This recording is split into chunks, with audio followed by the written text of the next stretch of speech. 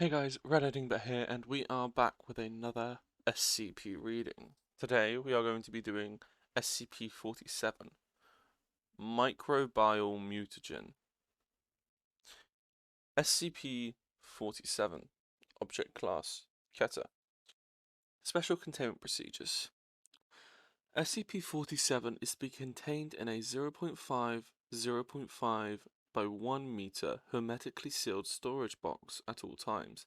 This box is to be locked in a containment locker 47A inside P3 Secure Biohazard Lab 47B. Any entrance to and activity inside 47B is to be recorded by biometric scan, closed circuit camera, and redacted. Entry to 47B requires the authorization of the project manager, in addition to at least one O5 level clearance.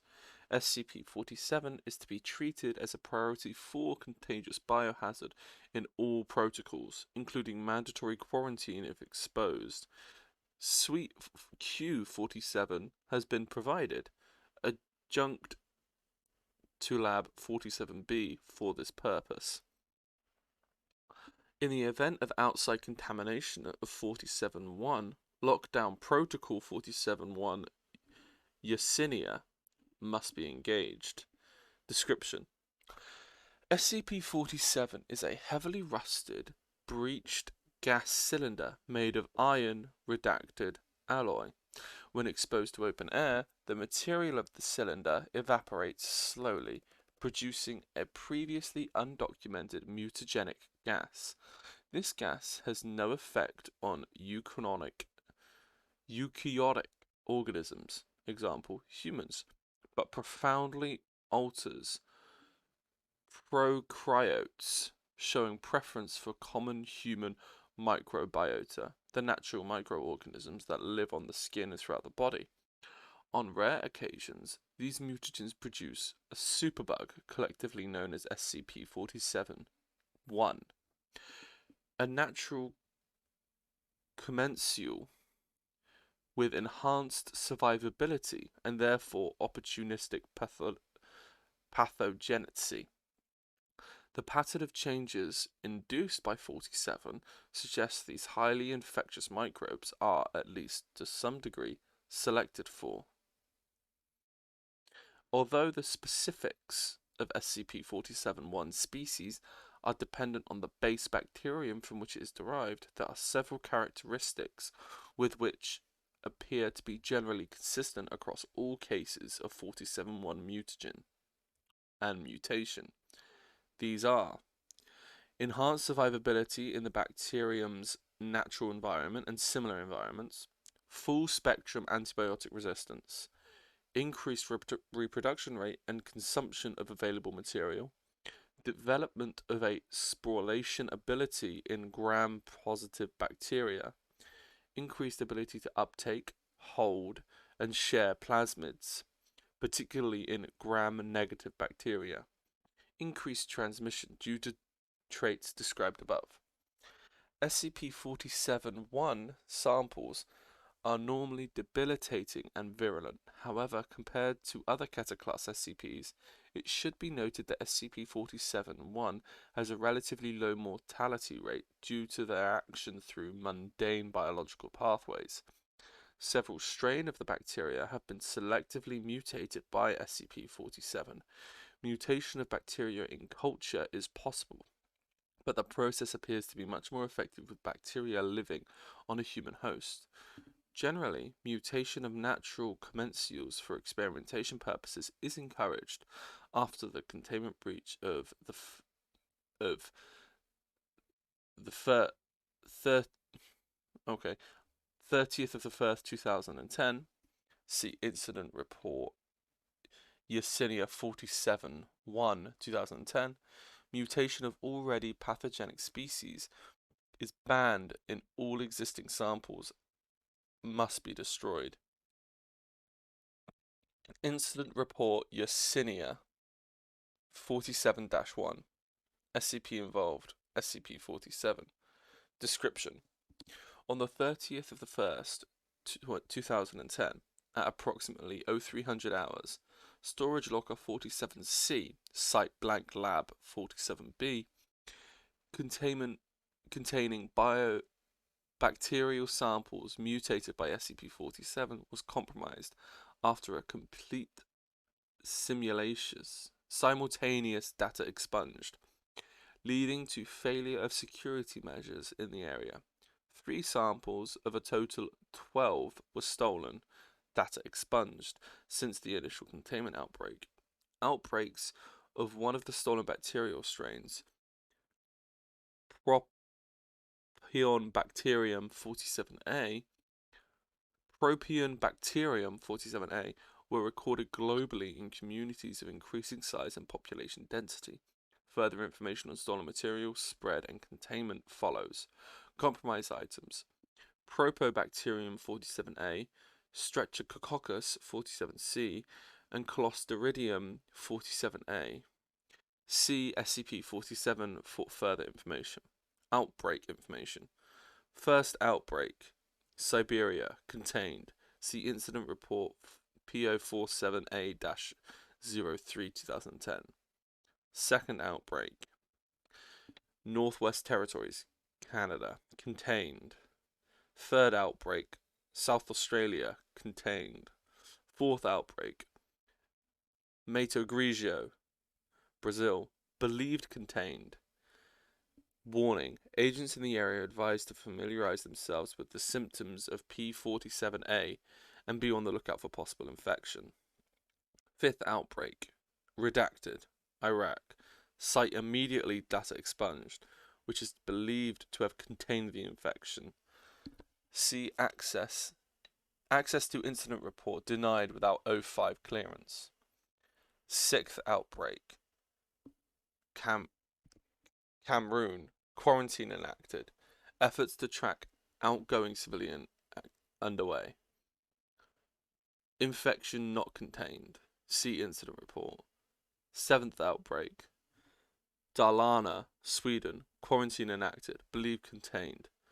Warning: agents in the area are advised to familiarize themselves with symptoms of P47A and be on the lookout for possible infection. Eighth outbreak, not recorded, believed to have taken place in North Korea, data expunged.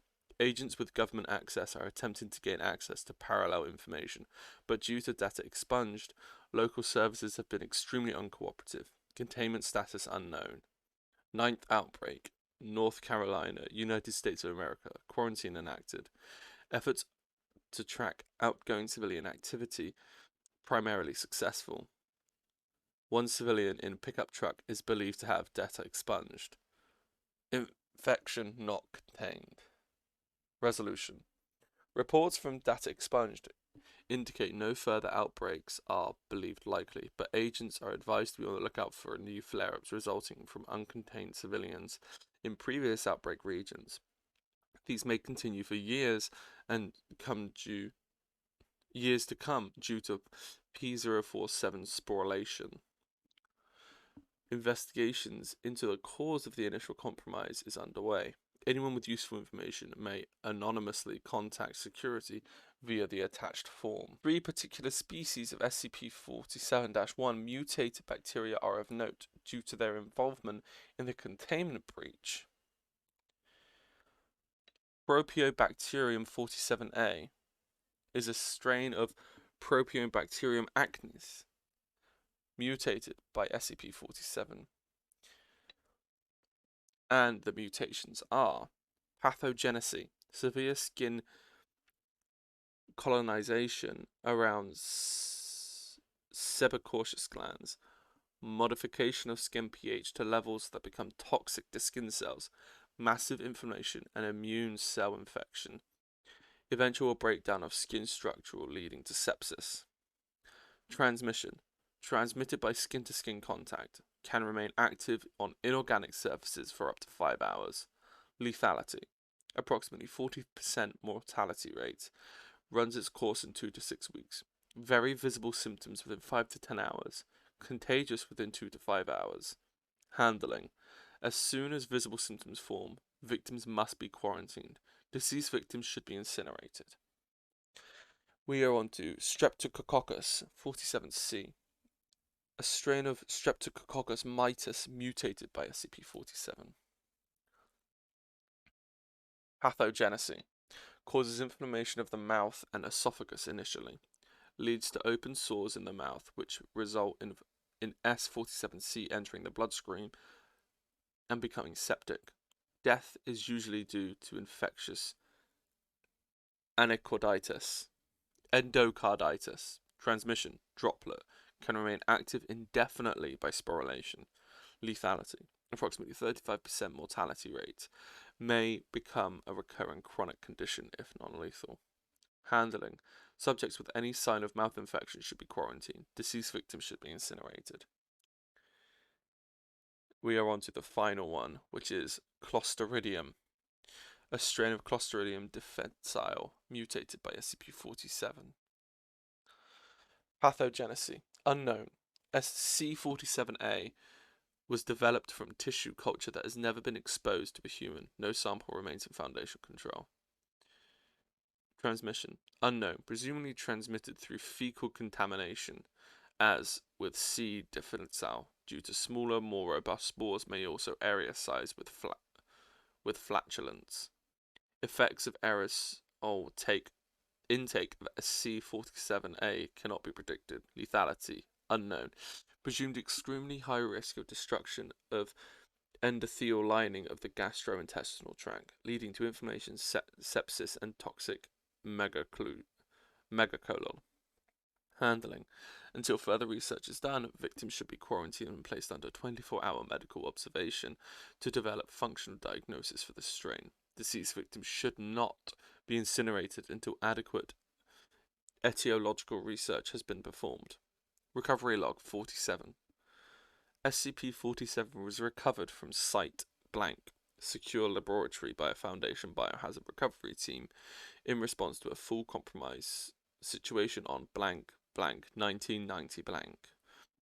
Testing logs indicate that the research team was attempting to contain data expunged in a class blank SCP stable pressure cylinder, which led to redacted. Combining with redacted, a full molecular biological analysis of this is available in redacted.